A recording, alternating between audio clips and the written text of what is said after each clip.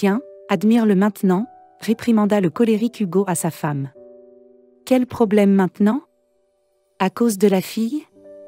C'est de ta faute si tu la gâtes. Clémence s'assit à la table de la cuisine, appuya son poing sur sa joue et pleura doucement. Eh bien, c'est la seule que nous ayons après 3 fausses couches. Elle est enceinte? Oui, mais pourquoi crier comme ça? Ce n'est pas la première. Elle ne sera pas la dernière. Et si elle a un bébé, on s'y habituera. Ou alors quoi? Hugo, tu vas les mettre dehors? Je te dis une chose, mais tu penses à autre chose. Tu vois, j'ai honte devant les gens. Hugo fait un signe de la main. Leur famille était respectée dans la région. Elle était réputée pour son honneur. Toutes les filles de leur famille se sont toujours mariées avec sagesse. Et voilà que la dernière représentante a surpris tout le monde. Elle est tombée enceinte sans mari. Et ceci, ma chère. Discutons-en, dit lentement Clémence. L'autre jour, je parlais à une voisine. Son fils aîné est revenu de l'armée. Il a trouvé un travail, mais il n'a pas de logement. Il dort dans une chambre. Peut-être devrions-nous le marier à notre fille. Ce sont donc des mendiants? L'homme s'y oppose. Nous ne pouvons pas négocier avec les riches. Les riches ont le choix. Mais ces pauvres ont des problèmes matériels perpétuels. L'homme regarde sa femme et se demande s'il a compris ce qu'elle veut dire. Elle a proposé d'épouser le marié.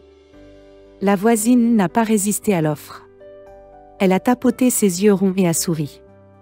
Quelle joie! Nathalie est à vous. Je l'aime tellement. Je suis d'accord. Et le fait qu'elle soit enceinte, ce n'est pas un problème. Valentin est gentil. Il aime les enfants. Tu sais comment il s'occupe de ses petits frères et de sa petite sœur. La famille voisine avait 3 autres garçons et une fille en plus de leur fils Valentin.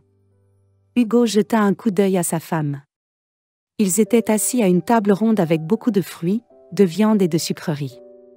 La façon dont la famille essayait d'obtenir l'accord des voisins pour le mariage gênait beaucoup Hugo, qui voulait un avenir très différent pour sa fille. Mais sa femme Clémence semblait même heureuse de la tournure des événements. « Oh, chérie, quand nous serons une famille, j'aiderai nos enfants.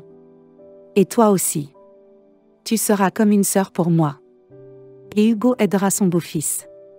Valentin n'a pas de père, et Hugo a toujours voulu un fils. Et Valentin, c'est quoi?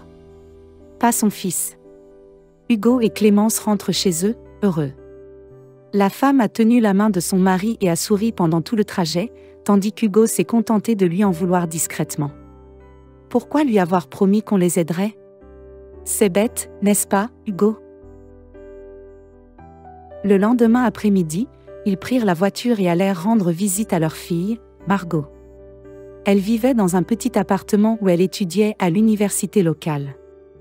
L'homme n'avait acheté l'appartement que récemment, car le quartier était encore en pleine construction. L'appartement valait beaucoup d'argent. Hugo l'avait acheté avec l'intention de l'offrir à sa fille, mais il n'a pas eu le temps de réaliser son projet car Margot est tombée enceinte. Il s'était déjà arrêté devant la maison en briques, mais Hugo ne voulait même pas sortir de la voiture. « Tu y vas tout seul. Je t'attends ici. Je ne peux pas regarder Margot, la traîtresse. N'oubliez pas de discuter de la situation avec elle. Dis-lui que son père la gronde. Et si elle pense à me désobéir, dis-lui de faire ses valises et de quitter mon appartement. Je préfère la lire pour de l'argent. » Clémence fronce les sourcils et défend sa fille, comme elle le fait toujours. Est-ce une façon de parler de sa propre fille? Vous verrez. Elle est prête à tout. Je ne manquerai pas de lui en parler. C'était un rendez-vous étrange. Valentin est allé retrouver Margot comme si c'était le pire jour de sa vie. Abattu, triste. Margot était assise à l'endroit où ils avaient convenu de se rencontrer. Son regard montrait clairement qu'elle aussi était extrêmement malheureuse. Oh, pourquoi est-elle si bien habillée? S'inquiéta sa mère, qui se cachait à proximité. Je lui ai spécialement acheté une nouvelle robe pour que son ventre ne soit pas visible et elle est venue dans une robe moulante. Eh bien, elle le fait par dépit. Valentin regarde en silence le ventre bombé de la future mariée. Ce n'était pas notre accord. Il l'a dit plus tard à Hugo. Elle est sur le point d'avoir un bébé. De quel genre de mariage pouvons-nous parler? Non, je ne prendrai pas cette responsabilité. Hugo saisit fermement le marié par l'épaule. Mon garçon, ne tirez pas de conclusions hâtives quant à la compensation pour le bébé. Je vous donnerai un appartement dans le nouveau quartier. C'est pas mal comme offre? Tu as perdu la tête. Valentin hésite. Et quel appartement? Margot restait assise devant la télévision toute la journée, dévorant les plats que sa mère apportait. Ou que son mari, Valentin, cuisinait. Pourquoi me regardes-tu comme ça? Grommelait-elle en le regardant. C'est la première fois que tu vois une femme. La première fois que tu es vraiment mal fagotée.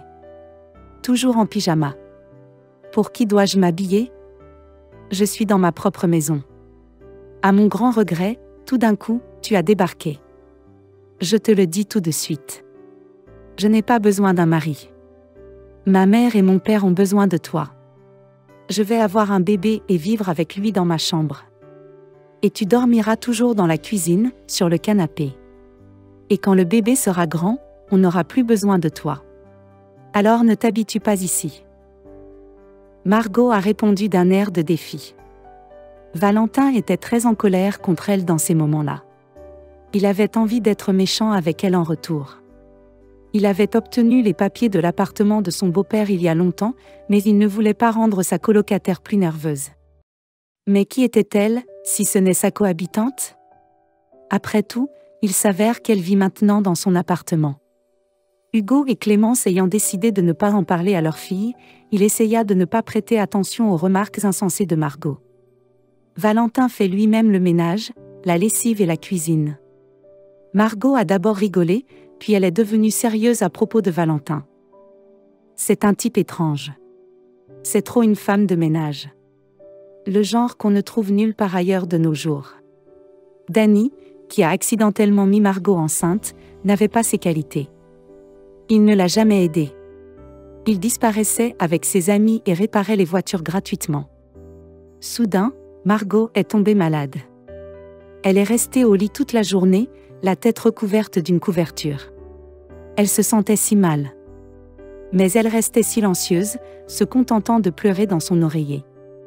Valentin a préparé un délicieux dîner composé de spaghettis, de poulet et de salade. Il mangea, puis il se souvint de Margot et frappa à sa porte. « Viens manger. Le dîner est prêt. » Mais elle n'a pas répondu. La nuit approchant, le jeune homme décida d'aller dans sa chambre avec un plateau de nourriture. « Tiens, je t'ai apporté quelque chose à manger. Puisque tu es méchante. »« Je n'ai pas faim, » répondit Margot. « Tu es malade ou quoi? Pourquoi tu ne dis rien? »« Il faut appeler un médecin, » dit Valentin. « Il ne faut pas. Qui a besoin de moi? Je vais m'allonger un peu et ça va passer. Je ne peux même pas dire à ma mère que je suis malade. Personne n'a besoin de moi, tu sais? Et mon bébé? Personne n'a besoin de moi. » Elle semblait sur le point de piquer une crise. Valentin décroche patiemment le téléphone et appelle une ambulance, puis touche le front de Margot et va chercher un chiffon imbibé d'eau. « Ne t'inquiète pas. Ce n'est rien, » dit-il après avoir examiné la femme. « C'est juste un rhume. Ma mère a eu la même chose quand elle était enceinte de ma sœur. »« C'est vrai ?» Margot regarda Valentin avec espoir, oubliant son aversion. « Bien sûr. Vas-y, sors du lit. Range-toi un peu. Il faut que tu mettes tes vêtements secs bientôt. » Les médecins sont arrivés et ont examiné la femme enceinte. Il s'est avéré qu'il s'agissait d'un simple rhume. Ils prescrivent les médicaments nécessaires et recommandent le repos au lit. Les voisins s'interrogent sur Margot et son père répond. Valentin et lui se sont mariés il y a longtemps. Ils avaient une relation secrète. Il s'avère qu'elle est enceinte. Ils l'ont cru car c'était un homme honnête. Sa femme, Clémence, rendait visite à la mère de Valentin tous les jours, et les deux femmes sont devenues amies. « Valentin, je peux venir chez toi ?» demande Margot. « Ma maison me manque tellement, mais mon père est trop gêné pour me voir. Au moins, comme ça, Je serai chez toi. J'en serai ravi. J'ai envie de rentrer chez moi. Valentin a souri. Les relations entre eux s'améliorèrent considérablement après cet incident, et Margot commença à traiter son mari comme un ami. La maison de Valentin et de ses parents était bruyante. Tous les enfants couraient partout, enceintes. Margot leur parlait, leur apportait même des cadeaux. Soudain, le caractère de la jeune fille changea du tout au tout. Elle est devenue sentimentale, gentille et douce. Margot est restée toute la journée chez quelqu'un d'autre à attendre son père. Maman a accouru tout de suite, mais pas Hugo. Papa m'en veut toujours. Il ne m'a pas pardonné, se dit Margot. Hugo se sentait seul devant sa maison. Il était triste. Il savait que Margot et son mari étaient arrivés, mais il n'avait pas les moyens de rendre visite à sa fille. Il avait toujours de la rancœur contre Margot dans son cœur. Un homme étrange sur une moto s'arrêta devant la maison. « Pouvez-vous me dire où habite Margot ?» demanda-t-il. Hugo se figea. « Elle habite ici. »« Et pourquoi me demandes-tu cela ?» L'inconnu se contenta d'incliner la tête, d'arranger ses cheveux et de demander soudain. « Et vous êtes son père, n'est-ce pas ?»« Oui, je le suis. Il faut que nous parlions. » Hugo invite son hôte à entrer dans la maison. J'écoute attentivement. J'ai entendu dire que Margot avait fait un mariage. Sauf que ce n'était pas par amour. C'est parce que vous avez soudoyé le marié avec un appartement. Comment le sais-tu ? Effrayé.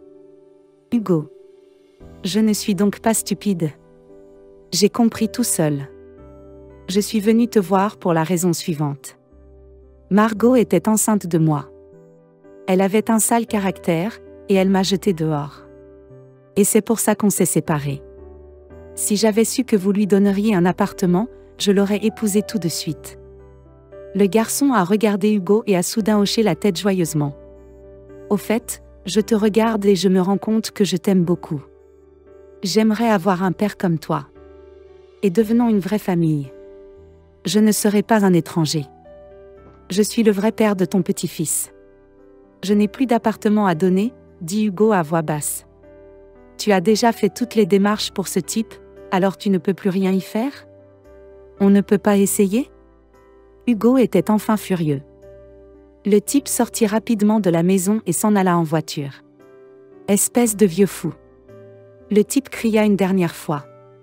Hugo ouvrit lentement le portail de la maison de son voisin et s'arrêta pour l'admirer au milieu de la cour, dans les fleurs.